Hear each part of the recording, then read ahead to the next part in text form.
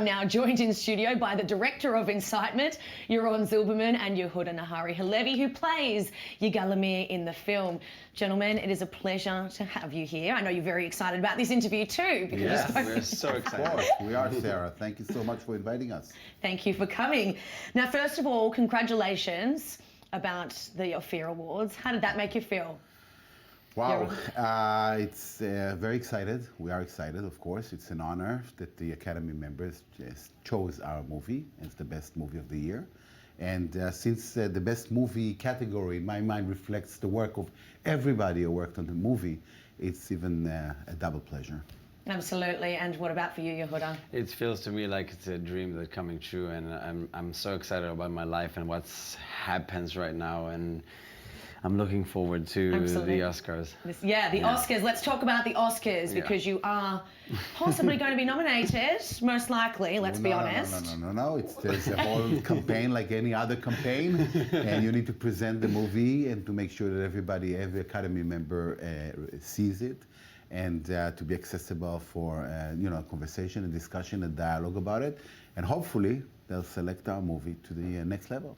I hope so too. Now tell me what inspired you to want to make a movie about this in the first place? Rabin's assassination is a trauma on a personal level. I was part of the peace movement, like at least half of this country at that point, where optimism was sort of glowing. We were looking into a new future, a hopeful future, a future of hope, of peace in the Middle East, and definitely on a more public arena. And an assassin, who Yehuda Nahari plays the assassin, shot all this hope and killed the man who led that movement. And it was shocking, again, on a private level and on a country's level. And that's why I wanted to talk about it. It's still, this issue still lingering today, 24 years later. It's still part of our society, and the reason why we see so many things that... The reason why things are the way they are today. The way they are today. So we felt, compelled to tell that story and talk about it. And Yehuda, how was that for you, having to actually play Yigalamir in the film? So it's an honor to me to be chosen by Yaron Zilberman to portray this interesting character. And as you know, we have the same background.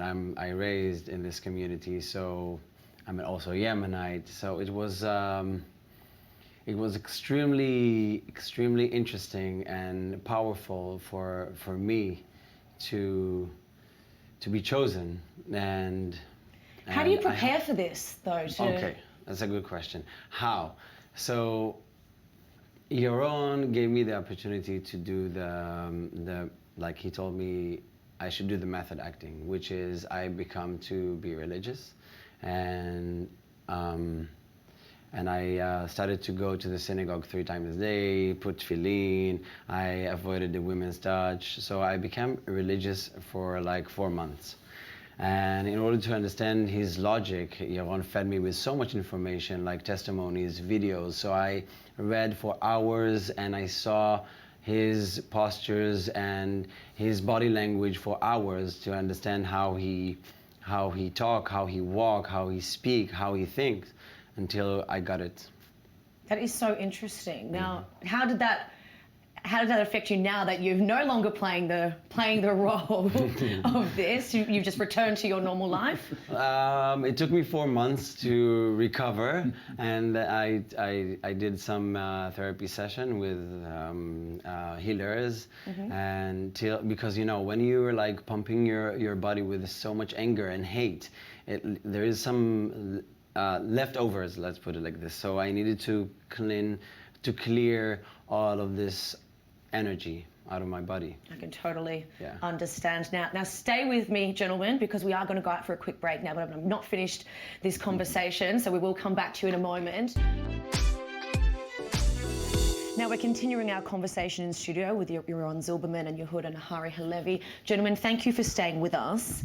Now, this film is incredibly powerful and is incredibly contentious, and has also stirred a little bit of controversy here in Israel. Yaron, did you expect this controversy? Did you anticipate this before you started the film? Yeah, I anticipated this controversy, and I said, this is part of making a movie about such a national trauma that, way back torn apart a nation. And I think still today we have, all these aspects of a torn society, which is related directly to the assassination. So yeah, I expected that, of course. And Yehuda, for you as well, this whole movie was from the perspective of Yigal Amir. So how do you find when you hear all this controversy about the character that you played? Did you expect the backlash? Backlash? Yeah. Yes. First of all, yes. But I'm not thrown to judgments and judgmental thought about the character. I'm an actor, so I do my job, and I need to portray this character in the most authentic way. So I didn't think for a minute if what he did is good or bad. Absolutely. Just did your job. Yeah. Yes. Yeah, it's not just to do the job. It's for Yehuda, it was to respect the character in such a way. Yeah. That's his first responsibility, so he shouldn't judge, and I didn't let him judge the character. Totally. Now, someone who did judge it Yeah. is Culture Minister Miri Regev, who actually has admitted she didn't see the film, but I'm going to quote her here. "This is a lie, a distortion of the truth that misled the public and is completely detached from the facts." Yeah. So, yeah, the answer is this. First of all, she hasn't seen the movie. How can she say it's distortion facts? All her statement is completely rubbish because she didn't see the movie. So first, I recommend for her to watch it. Once she'll watch it, I recommend for her to be specific about it, because the movie is a result of 5 years of intense research. We really, dug deep into every fact. There's also archival footage intertwined within the drama. Everything is what happened, and as I said, I challenge her to watch it, write down her thoughts, specific thoughts, and I'm willing to argue one by one, of course. And that archival footage has also been a little bit of an issue as well, because Benjamin Netanyahu is in that as well. So how does this movie affect or relate to the political climate of today? We're running through a tough election, a tie election. I mean tie. Benny Gantz won the election. He did win the election, exactly.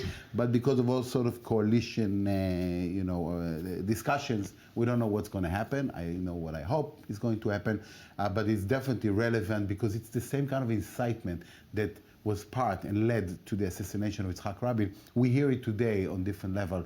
I think several weeks ago, he accused reporters, showing their picture and finger pointing to them as sort of some kind of traitors or people who did some kind of a terror attack on democracy. All sort of same kind of statements, same kind of inciting statements that could lead to violence eventually. And I think it's a pattern of behavior, a pattern of leadership, which is horrific, and it's still happening. That's why it's relevant today, and that's why I hope we're going to have a leader, Israel will have a leader that will unite the people instead of divide them.